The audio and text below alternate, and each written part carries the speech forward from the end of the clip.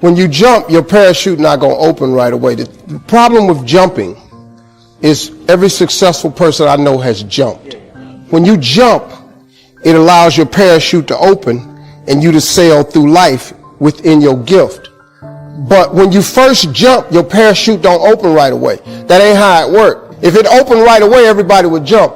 When you first jump, you're in an uncontrollable fall. It's almost like you're spinning out of control. But you got to stay with the jump, because eventually God will put the necessary air up under your parachute and you'll be in the air like you're supposed to. But you're just going through the process. Like I tell my kids all the time, it take a long time to make a lot of money. See, my kids look at me and they be talking about, well, Dad, you ain't got no degree. You didn't finish school. Why I got to go to school? Well, first of all, you don't have no jokes. Let's start there. And my kids don't understand the process. See, they just see me now. They didn't know I flunked out of school. They don't care nothing about the third marriage I'm on. They don't know that I lost everything twice. They wasn't around when I was homeless and I lived in the car for 3 years. They didn't see the process. What most people do is they give up before God give you the gift. See, when you ask God for something, he boxes it up and he ships it immediately. But you have to remain on Faith Street in order to receive the gift. The problem is when God boxes up the gift and he ship it to you, he never gives you the date that the package is going to arrive. He'll never tell you that. Most people move off Faith Street before the package get there. You can't move over on the I Doubted Boulevard. He don't ship packages to I Doubted Boulevard. He only ship packages to Faith Street. You can't get over there on I Don't See How Circle. He don't ship nothing to I Don't See How Circle. So when you move out of faith, the package got to go back to sender. That's what happens. So you have to stay. You have to stay in the process and complete the fall. You're going to get cut up on the rocks. You're going to get your skin toe up. You're going to lose loved ones along the way. You're going to lose friendships along the way. Might lose your car, your job along the way. You might lose your house. But trust and believe. Why not now? This is a good time. As the 20th century starts to wind down a few more years as we get ready for century 21, what a good time to set your goals, work on yourself, work on your skills. What a good time to get it together. What a good time to start this process. Personal development, growing, changing, developing, having a good plan for your money and for your life and for your future. Why not now? What's now? No opportunities wasted. Listen to me carefully, guys. Listen to me very carefully. You got to hear what I'm saying. This is important. There are 86,400 seconds in a day, and if you maximize each and every one of them, you will live like you want to live, you will have what you want to have, and you'll be what you want to be. You can have more than you've got because you can become more than you are. If you just remain how you are, you'll always have what you've got. But if you're willing to make changes, the next 5 years of your life can be totally different than the last 5. If you don't change, chances are excellent the next 5 will be like the last 5. For things to change, you've got to change. For things to get better, it's not what happens that determines your future. It's what you do about what happens. Direction determines destination. All you got to do is make a little change in direction to arrive at a brand new destination in 2 years, 3 years, 5 years. You either have to change your life. That is, you got to say, you know what, my body isn't there, I'm going to go work out. My relationship isn't there, I'm going to change it. You know, I'm not making what I got to make, I'm going to retool, I'm going to get a new skill, I'm going to go back to school, I'm going to start a business, I'm going to do something. You have to do something to change your life. Or, in order for you to be happy, if you can't change your life, you're going to have to change your blueprint. Usually in life, it requires a little bit of each. Does that make sense? And if you change your life and change your blueprint, you can have an extraordinary life. Because all of us are going to have times in our life when what we want or think life should be like isn't going to match how life really is. Those moments, if we blame, our life goes into pain. if we change, we can change our life and match our blueprint. The fact that you're not happy has nothing to do with what you have or don't have. The fact that you're not happy is that your life doesn't match the way you think it should be. You have some idea of how you think it should be. Listen to me. There are those of you, what you're doing is that there are 10 opportunities in a day and you're taking advantage of 7 of them and you think you're doing something. Yep, you gotta hear me. You gotta hear me. You only have 24 hours in a day, and you've heard me say this time and time again. The way you spend your 24 hours, it determines how you live. If you want the future to change for you, you've got to change. If you don't change, the next 6 years of your life is going to be just like the last 6. You'll still be behind on your bills. You'll still be behind on your promises. No opportunity wasted. Again, no opportunity wasted. If one of us can do it, hey, we all can do it. And now here's my last question. Why not now?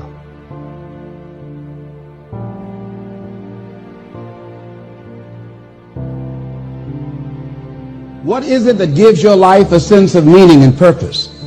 Because once you find that, it puts you in your power place. See, if you know what your life work is, I encourage you to start working on it. If you can't do it all at one time, do just a little bit of it. And if you don't know what it is that you showed up to do, if you don't know why you're here, I encourage you to find out what your purpose is here. What is the meaning of your life? What will be different? Have you ever asked yourself that question? I've done that. I remember coming from a friend of mine's funeral and I was reflecting on how much time I had left. And I went for a walk in a park thinking about this guy whose life was so promising. And I mean, he wasn't an old guy. He was quite young, in fact. And I thought about all of the things that he said he was going to do, and he never got a chance to do those things. And I started thinking about my own life and how much time I had left to do the things that I would like to do. And at that time, I wasn't sure what my life purpose was, what my life's work was. I wasn't sure about it at that time. And I thought about it quite a lot. I had some idea, but I wasn't convinced, that I don't think I felt worthy. I didn't believe that it could be me to do this kind of work that I'm doing right now. And I say to you that if you begin to take a conscious effort to find out what it is that you're supposed to do, I say that it can literally save your life. I said that it can literally save your life. 85% of the American public, according to recent studies, are going to jobs that they hate, working on jobs that do not challenge them. They get sick thinking about going. Because, see, when you go to a job and you already know how far you can go, you can already see that proverbial glass ceiling. See, when you're going someplace and you already know how much you're going to make, you already know how far you can go, you're in a dead-end position. It erodes your self-esteem. It lowers your sense of yourself. It creates an inner turmoil. It creates an emptiness in you. So I say that your life is worth finding what it is that you're supposed to do.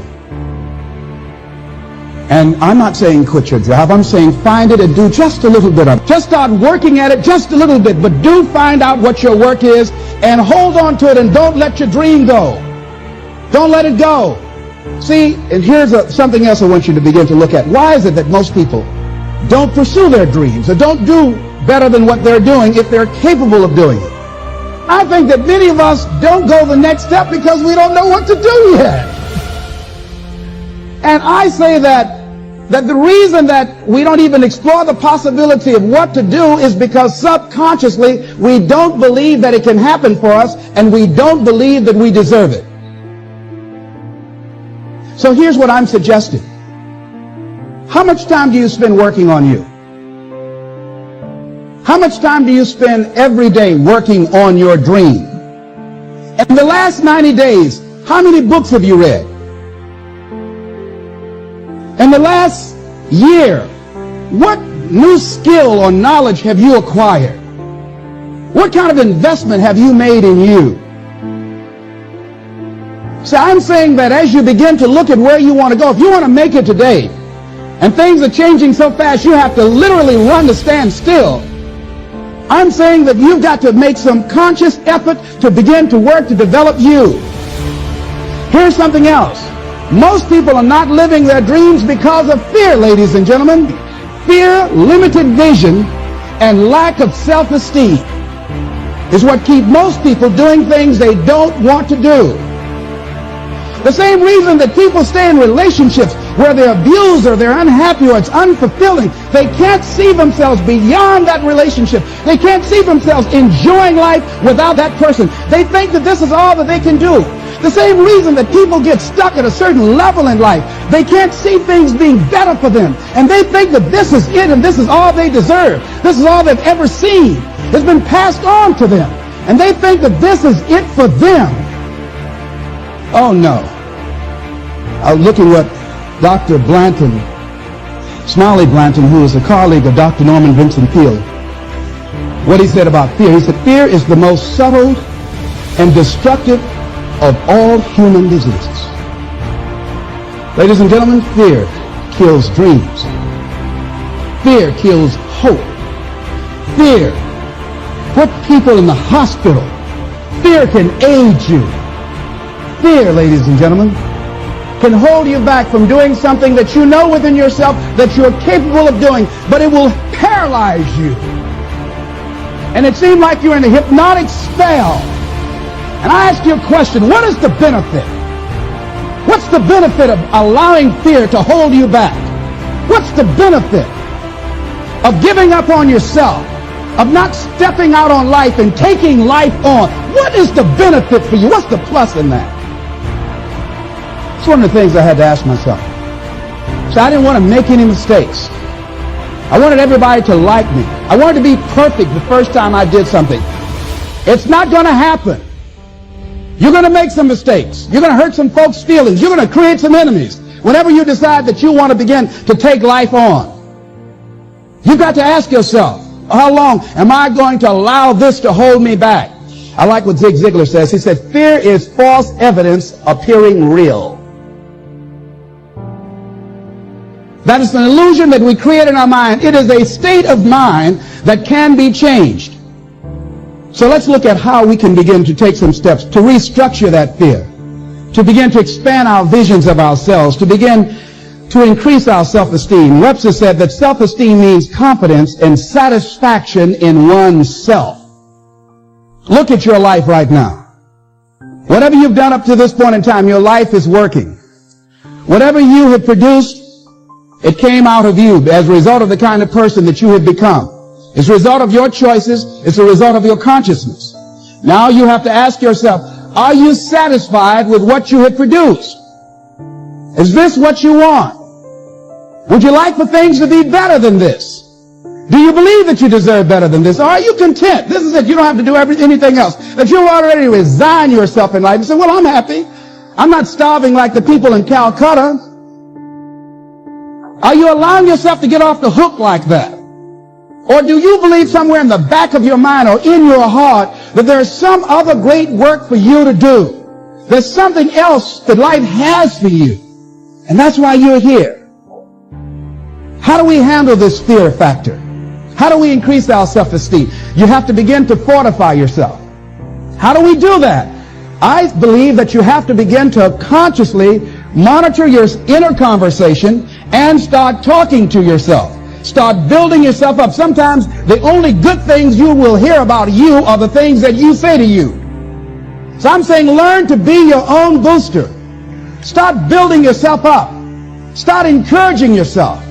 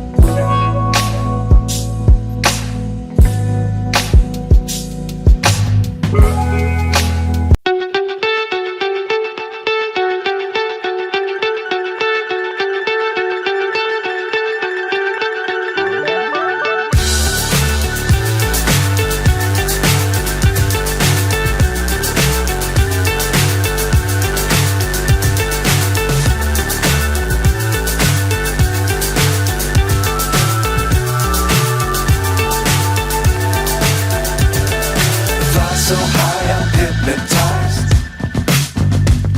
What's up is down, what's left is right. Chasing stars and holding you.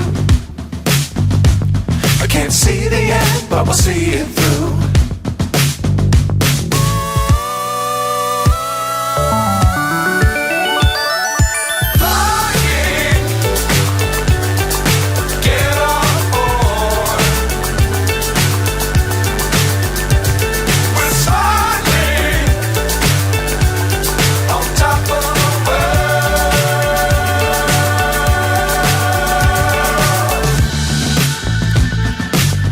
Times don't fly too high. Be sure to keep the ground in sight. Fly forever if you keep it tight. Love the world but keep the sky on your mind.